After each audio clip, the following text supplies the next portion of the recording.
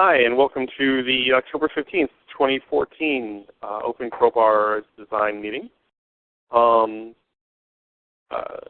Today will be probably a pretty short call. Scott has sent us a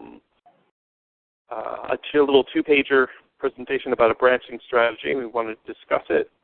I've just got a couple notes on Chef Middle Crowbar and the test kitchen driver for Crowbar. And Greg and Victor were going to hash out and give a little more detail to issue 234, in which only certain roles or only one role should be given to the admin node. So without further ado, I will call up Scott's presentation.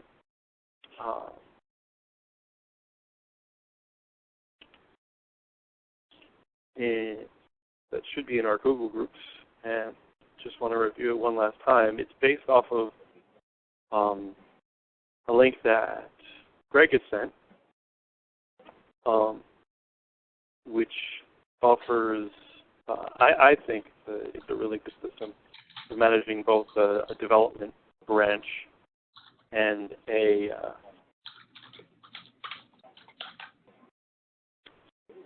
master branch, and being able to cut and have clear delineation of, and to have a really stable master branch. I think that's one of the really important goals.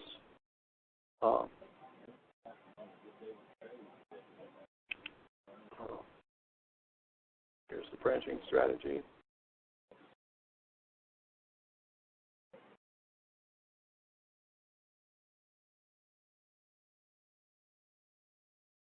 So who would like to talk to, well, the very cool slide. Then we have the swim lane slide. Yeah, I was messing around with Google Presentation. They had a nice Star Trek theme that I thought was kind of fun. Yeah, so I was just goofing around with that. Yeah, so I'll talk to it, and a lot of this is from a conversation that Greg and I have been having over the course of the last week or so. The second slide is obviously the one that's most interesting. I don't know if you can make it bigger. There we go. What I'm trying to do. Okay, cool. So in the thing that I sent out, there's a link to the person who actually has worked this into their process, and there's a lot more details around when you tag and when you don't tag, and what's in most of them. But part of what I wanted to discuss here on the call is this particular branching strategy. And just discuss with the group around utilizing this methodology. So the basic idea behind it, there's a couple of things that we were trying to accomplish with it. The first is to make sure that we always have a stable version that's known and working of OpenCrowbar, and that's effectively what would be delivered in the Crowbar master repository. So the Crowbar master only receives updates from either hot fixes or patches if we find a bug that we need to fix for a particular customer or a user, or it is actually pushed to from a release branch.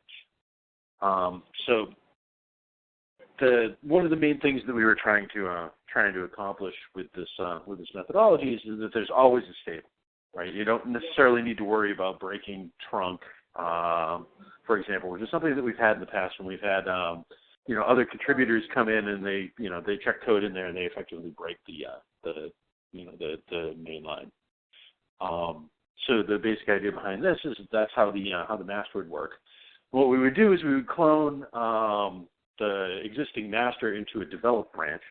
That develop branch is effectively the in-process, in-work branch.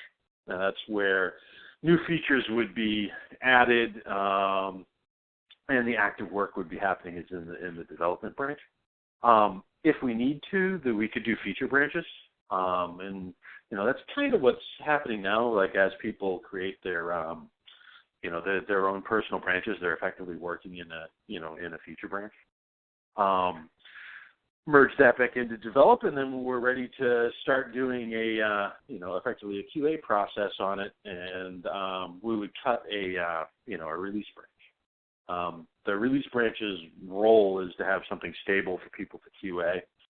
It only receives effectively bug fixes or completed features, and it's transient. It gets done when the next release is ready to go. So it effectively gets created and released and destroyed based off of a release. It's destroyed when you cut over to master. And that's kind of it. I don't know if anybody has any questions or comments. This is way too complicated for what we do, or it would actually help.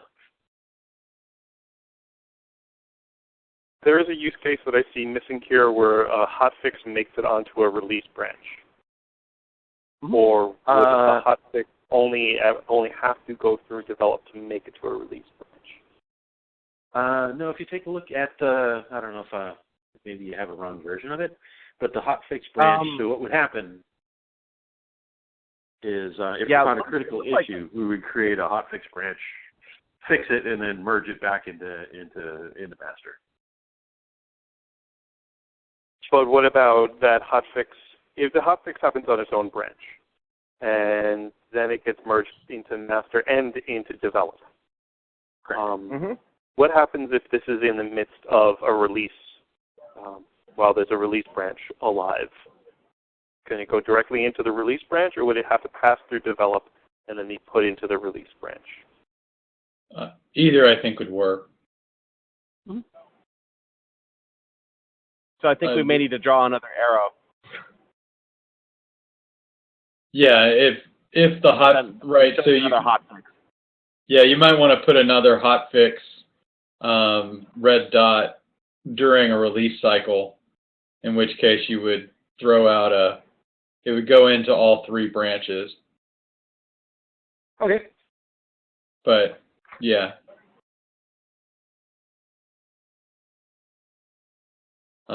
For the future. But yeah, no, that's yeah. Okay. But one of the things to try and or that I was hoping that would come out of this is that the release branches disappear once a release is published. The intent is to hopefully get people to move forward. And if they want to recreate that release, they have to pluck it from the real release, the OpenCrowbar master. Right. Like the V.2.0. That all that history is gone. No, it's been pushed over into master. It's there. Right. But it's probably been pruned and trimmed and made pretty for V2. It may have been, yeah. We can choose how we want to rebase or not as we move those things in, but my thought is you just move them all over and it's icky glory and just tag appropriately.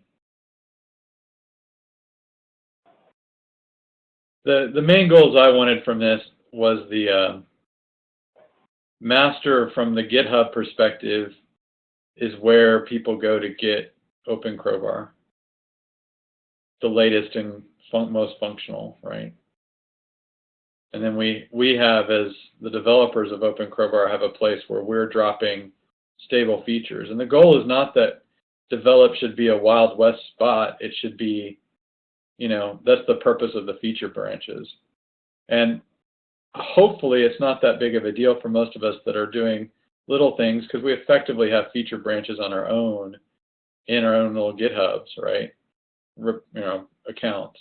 And so, okay, those get pushed potentially directly into develop or pulled into develop as we approve them. I'm just envisioning and hoping as we go forward we'll have larger features that we want to do as a community that may be more than just one person. And I'd like that to be hopefully done in the OpenCrowbar repo that everybody can see, right?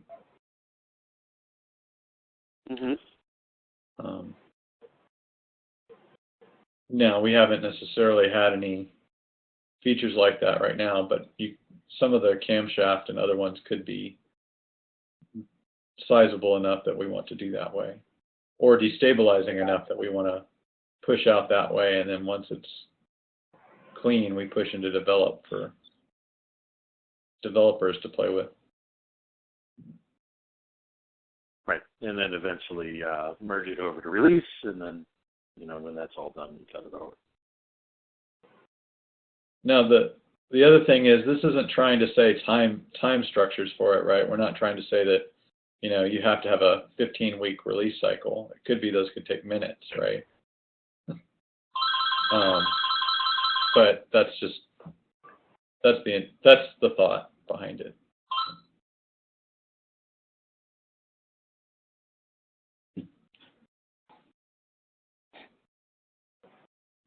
I had another thought. Are we asserting this just for the core repository or all of the repositories in the OpenCrowbar organization? Would it work for, say, bar clamps? I envisioned at least using it for core and hardware.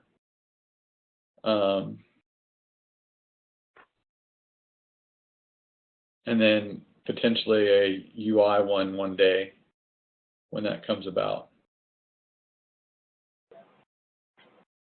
For the bar clamp ones, in some regards, it may be okay to leave them kind of floating a little freer. But in some regards, the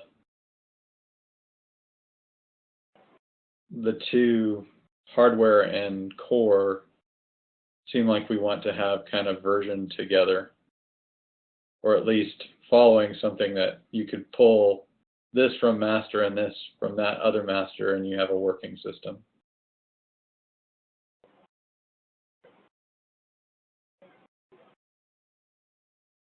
And I'm not saying we should merge those repos, because there's reasons for them to be separate. And I think they still apply.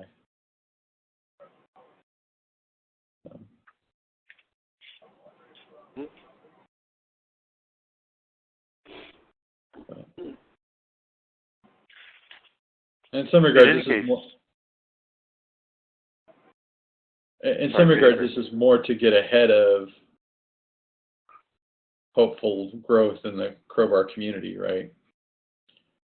It's just the few 4 or 5 of us committing to it, it's less of an issue, but hopefully as we go forward, we'll have more contributors and stuff, and it'd be nice to have at least something to point at to say, this is what we're trying to do. Right?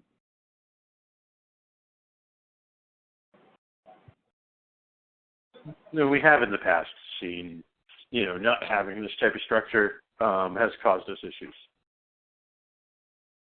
Right, where the only way, certain companies could get stable releases out the door was to effectively fork.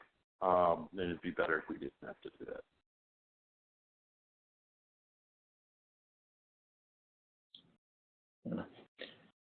Okay. So I don't hear any dissenting opinions. People who say, this is just too heavy now, just hold off on it, and when we need it, we'll add it.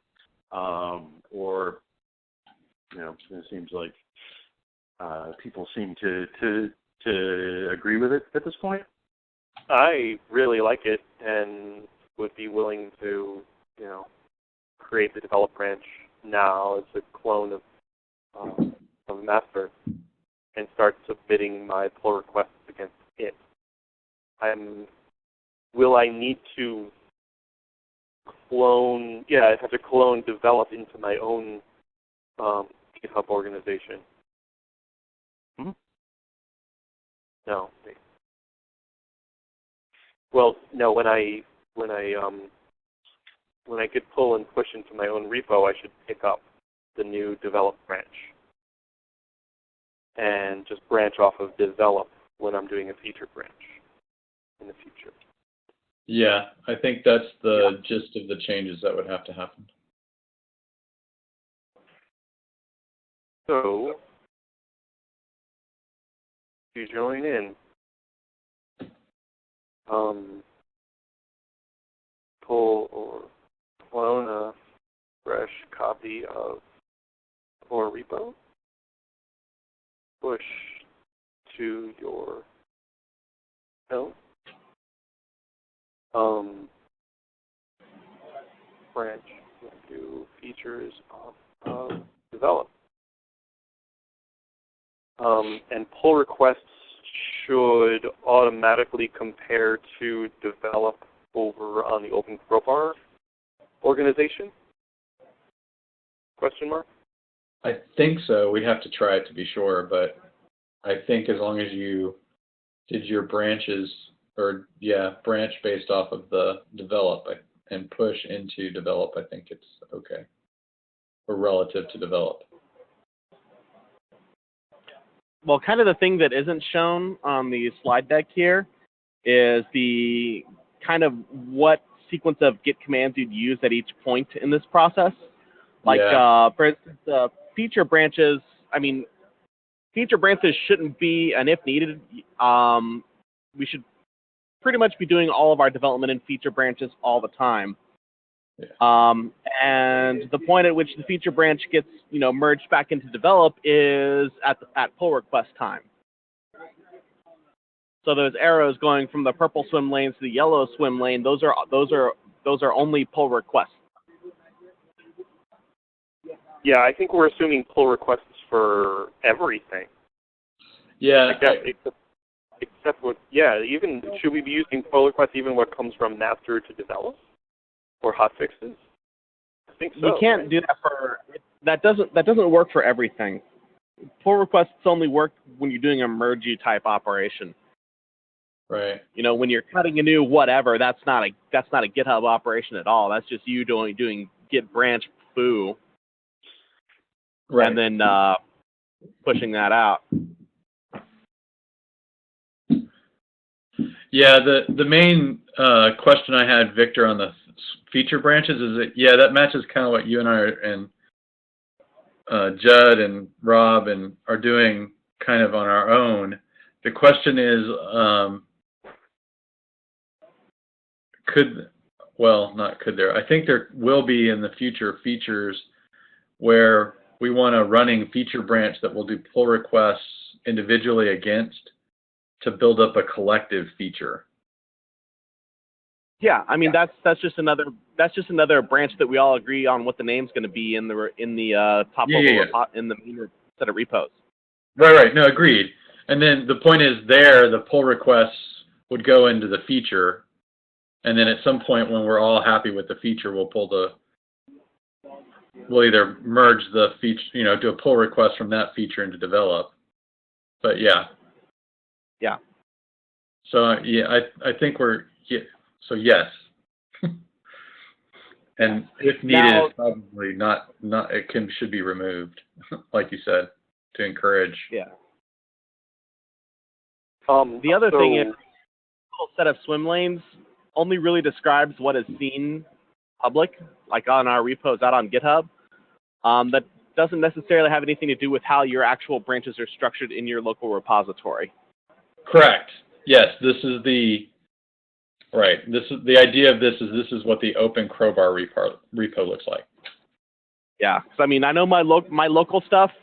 There's only really 1 or 3 branches at a time, and every time I do a pull request, it's usually rebase, pick a SHA, and just shove the SHA straight up to wherever it needs to go. Yeah. And just mutate my state locally using rebasing. Yeah, that's what I've been doing as well. For 2 reasons. I don't like the extra merge commits that get stuffed in there when I use merge. For my local level. yeah, that quickly becomes annoying, so I don't do that. Yeah. Wait, how does that process work? Could you just reiterate that? I pretty much just ensure that at all times, the repository state that I have locally for whatever branch that I'm working on is just a single linear series of commits on top of whatever is out in the main repositories, and I use rebase to make sure that it stays that way instead of adding a bunch of spurious merge commits. Right. Okay. Sure. Use rebase. Yeah, I try to do that too. Local repo hygiene, we'll call it. Yeah. Yeah. Yeah. Keep things looking pretty. And of course, I can also make it look like I didn't have, a zillion check-ins for checkpoints and bug fixes and typos while I'm developing. Right. I can all squish it down into some nice, pretty-looking commits. Yep. Which is everything I do is perfect perfectly. the first time. Yes. I did have a question for people though. Tying this back into the Travis CI functions. When I took a look at this, it seemed to me as though it made sense for Travis to be running a series of tests on each one of these swim lanes. But you guys tell me. I mean, it might not be necessary for the feature functions. Travis is doing it anyways for everything, and for any pull request that comes in against core, Travis does its thing. So it doesn't really matter where it's getting merged to. Travis should just pick it up and do the right thing. Okay. So it's built on every branch? Yeah. On every commit, on every branch, on every PR accept. On every pull request, Travis CI runs. Yeah, regardless of what branch it's on, it just knows to pull that branch and then apply that commit on top and run it, right? Yeah. I mean, it doesn't even have to do that, because the way we're doing it right now, whenever we're saying we want to merge this into development, it's pretty much all, if we're doing it right, it's pretty much always just linear history on top of whatever the head of development is. Yeah.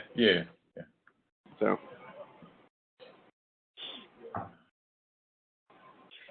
Okay, cool. I assumed that was the case, unless there was one we specifically wanted to exclude, but it makes sense to do it at all the different points anyway. Yeah, there may be a time later where you want to be able to run Travis again against a specific branch without necessarily a pull request, but that may be a later thing. Okay.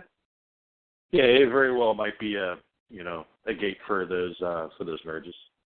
Although we do need to revisit the continuous integration portion of that, but that's a different story altogether.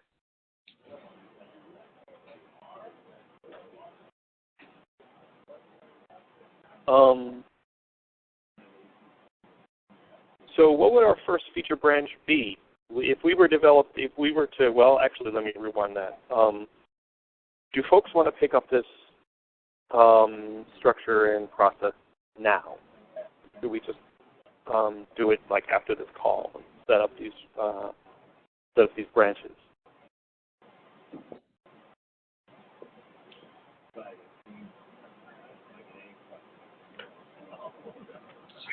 It's fine with me.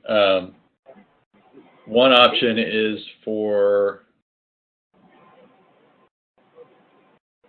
to write up some Git sequencing kind of examples for people. This is kind of what we kind of do, and then potentially push or prepare to push it over, and then do it after the next conference call. That way, people have a time to make sure they're okay with it. personally, I'd say instead of the next conference call, kind of the next checkpoint we decide to cut off is the next broom.whatever release. Because that way we can, that way we can say at this point master is semi-stable and all further development on broom is going to happen on this branch. So update your stuff correspondingly. That's fine.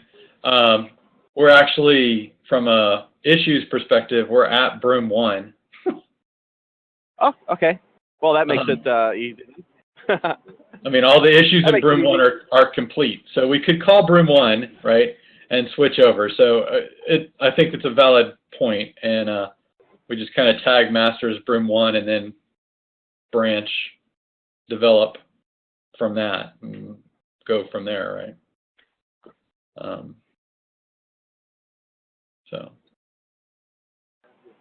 But we could also wait for broom 2, either way. Master, other than a couple of the pull requests that I think I have outstanding, or waiting for review and polls, master seems to function fine in a lot of different use cases that I've been playing with. So anyway, it's something to think about. Okay, and I would assume that if we decide to adopt this, we'd want to get this stuff into the developer documentation. Yeah. Yep. Along with the Git examples, right?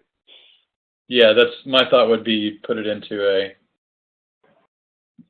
branching section of the development doc, and then add the Git examples with it. Okay.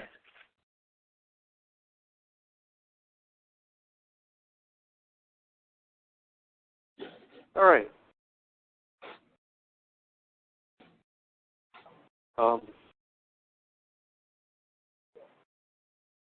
So, got to write up some docs, and then we'll make it happen. Yep. Any volunteers? I'll start writing up docs and then put them out for people to look at and review. I'll put them into the doc tree, and then people can see them as pull requests and other stuff. Cool. Okay. I'll add the other hotfix item, and I actually realized there's a couple arrows missing from the develop branch and the master branch, or something like that. Yep. So I'll add those in, and I'll kick a version 1.1 doc out, so we can add that into the documentation or comment on the list if people would like to talk about it there. Awesome.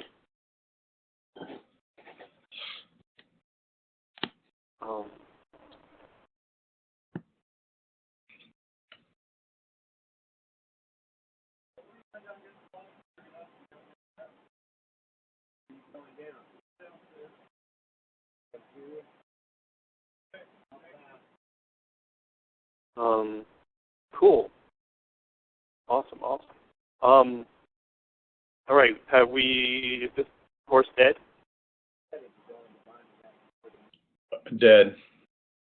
Dead horse. Okay. Just very briefly about Chef enablement stuff. I've did a little review of the mailing list, and far more people are using Test Kitchen than are using Chef Metal.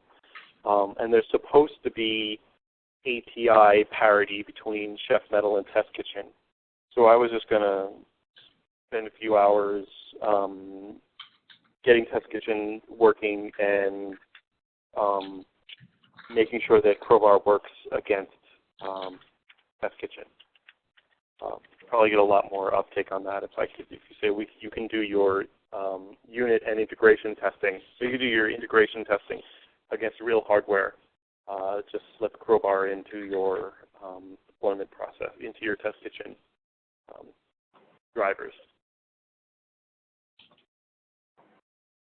shouldn't take me very long, and it's something I'm itching to do anyway. Cool.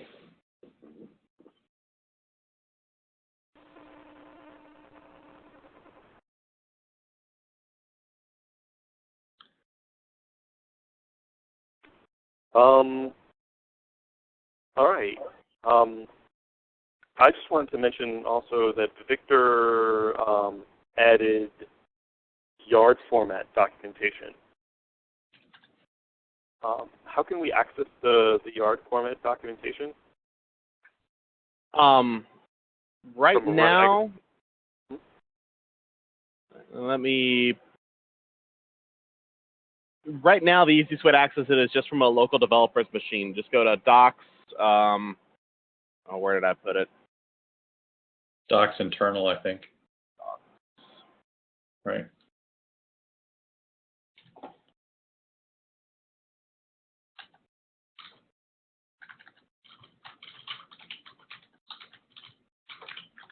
Docs/internals, and then just open up index.html. Yard just renders to. I haven't tried to make Yard render to anything but just straight HTML. So.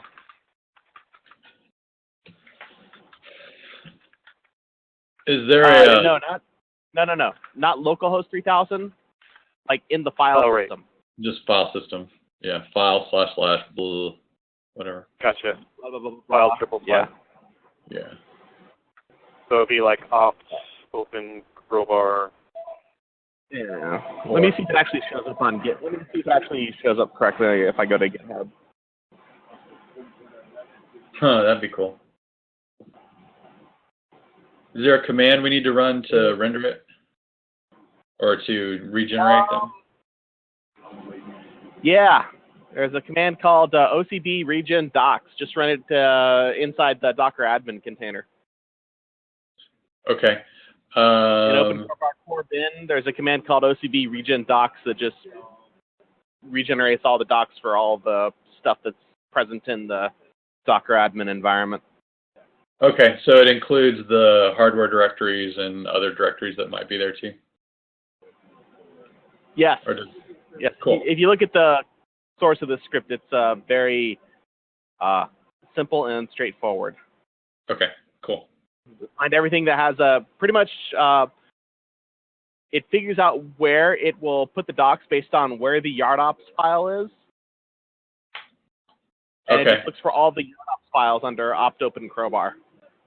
Okay, cool. So basically make sure you have a yardops. It's yeah, .yardops. You should be able to see it in the top level of the core repository and in the Cool. Very cool. the doc internals. I had put one there, and Victor updated it.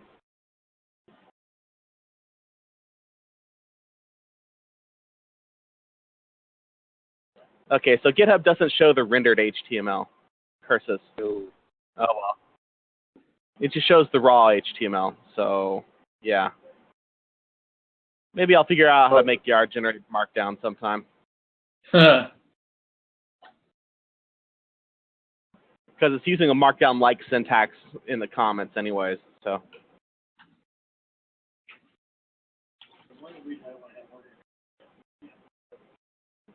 okay. How might this affect third-party places like rubydocs.org that have a Yard processor for RDocs? Show it off. Like stuff that I put together a couple weeks ago. Well, how do I test it? I don't know. So rubydocs.org/what? Well, no, there's rubydoc.info. .info. And you can go search for OpenCrowbar, and it should have my most recent. Oh, it's actually, unfortunately, called Core. It goes by repo name. So you've got to do Core and then look for OpenCrowbar.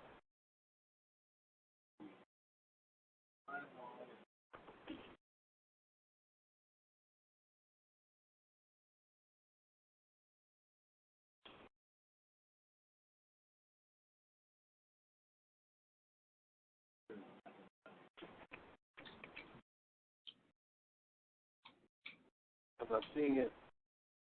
Appeared somewhere.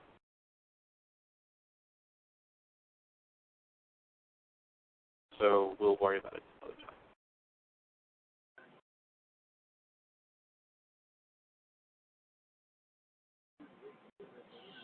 So we should just go to rubydoc.info/github/ OpenCrowbar/core. Let me see how that works.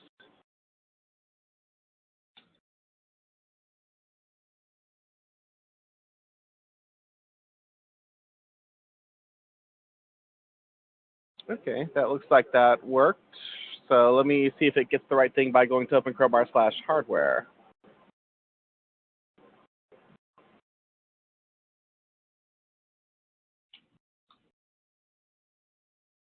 When I set this No, up, it didn't pick it up. you'll also notice that I actually set this up. You can see what I'm sharing. This second README is actually the table of contents that's automatically generated to get to the docs,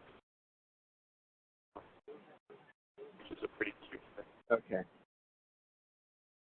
So it doesn't look like it interacts well with. It doesn't look like it interacts at all with rubydoc.info.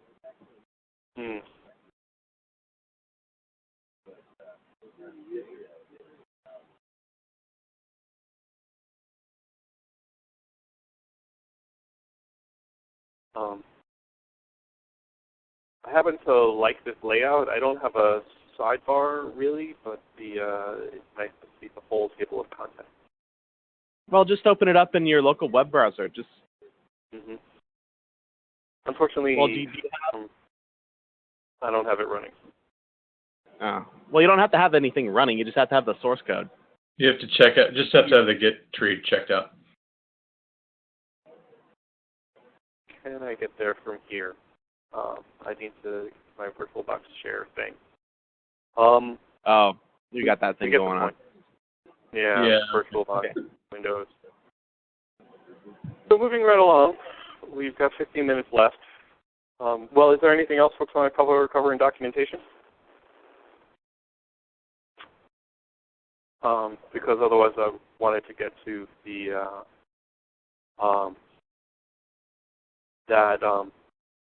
that roles discussion. Cannot change the default role on the admin node. I feel like Greg had some questions, wanted to flesh that out a little bit. Sure. I was just more wondering what that pull request was about. Somebody could just explain it to me. Let me refresh my memory on the pull request you're talking about. Or not pull request, but the issue. It's the issue 234. Says the only role that should be initially bound to the Crowbar admin node is the Crowbar admin node, along with roles marked with the bootstrap flag. Everything else should never be bound to the admin node. I think that happened because either you or Rob was doing some stuff that was adding things onto the admin node that shouldn't be there. Yeah. Well, at least not for bootstrap purposes. You could choose to add it after the fact, right? But some things. Well, no, you really shouldn't add anything that isn't automatically added to the admin node. Especially client versions of roles that we have servers on. Well, but like, say I wanted my admin node to also be a salt stack server or master, right? Yeah, so that's fine. Yeah. But don't make your server an NTP. But don't add the Crowbar installed node role or the Crowbar managed node role because that's things like NTP server and NTP client. That's what this is talking about. Yeah, no, that was just for testing purposes and me not understanding. So my concern is that this issue is a side effect of me not understanding when I was doing some initial work on some stuff and just put it out there for testing purposes. I now understand better how the system works, so it's not an issue and I wouldn't do it this way. I mean, unless we were actually providing a salt stack master jig kind of thing, right? In which case then maybe at some point we would choose to turn that on, but not, then it could become a bootstrap role, and I would do it as a bootstrap role and not as just a direct. It's really there because for some things, the server and client roles can't coexist on the same node. Okay. And that's specifically for things like NTP server and NTP client. Okay.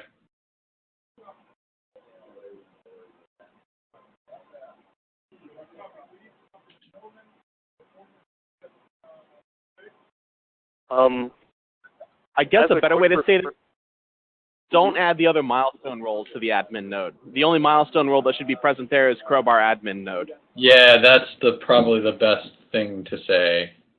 And that we should probably enforce programmatically. So yeah, we totally should enforce that programmatically. And we have that information, right? We have roles that are marked milestone, right? Yes. So admin node should not pick up additional milestone roles. Yeah, that's a much better way of saying that. Oh, oops, sorry, Rudy.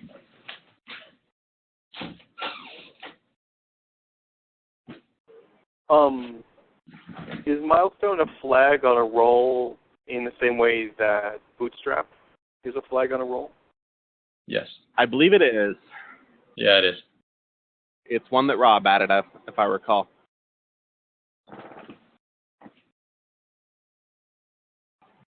We should take the time, perhaps next call, to review the flags possible on roles.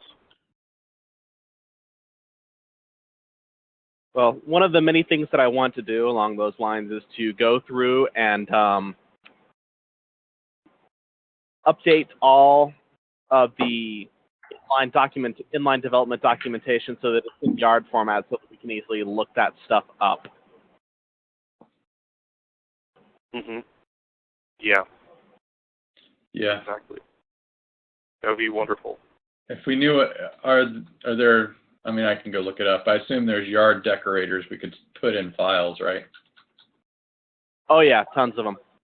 If you look at what I did for the, if you look at what I did in the RAID BIOS and IPMI stuff, I basically converted, all of the top level classes there to be to use Yard tagging and to use the tags that Yard provides.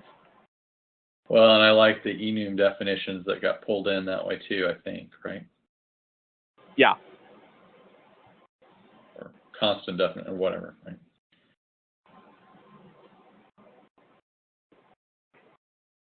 Cool.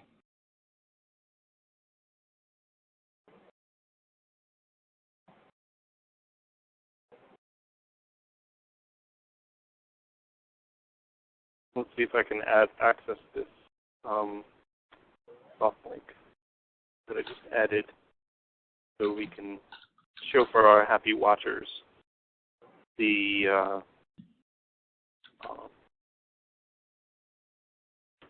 will it work? Thinking. Oh my, it works. Okay, so if I open up Doc under doc and internals with the plural, and I opened up the index HTML, find it, be under I, index, open with a web browser called Firefox. There it is. Yeah, it pulled in your page, but it also pulled in the rest of the documentation. Awesome. Which README is there? Okay. It did not pull in the table of contents. No. Because this is just supposed to be classes and methods, correct? Yep, just classes, methods, and files.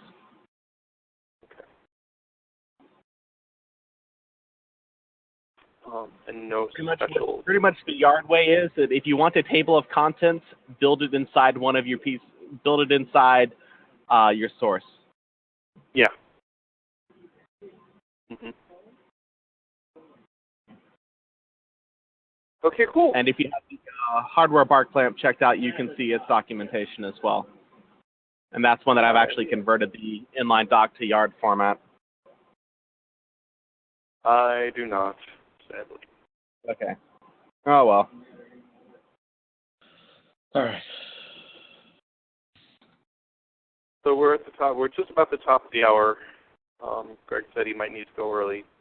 Yeah, I need to wander. So we'll wrap it up. Anything else dangling that folks want to mention, talk about? I just wanted to say I posted the swim lanes document again with the updates, so that's already out there. Cool. Okay.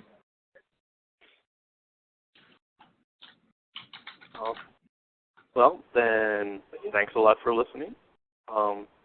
And we'll see you again next week on the planning call, where we'll go over open issues and see what folks have been up to. Thanks for listening. Thanks.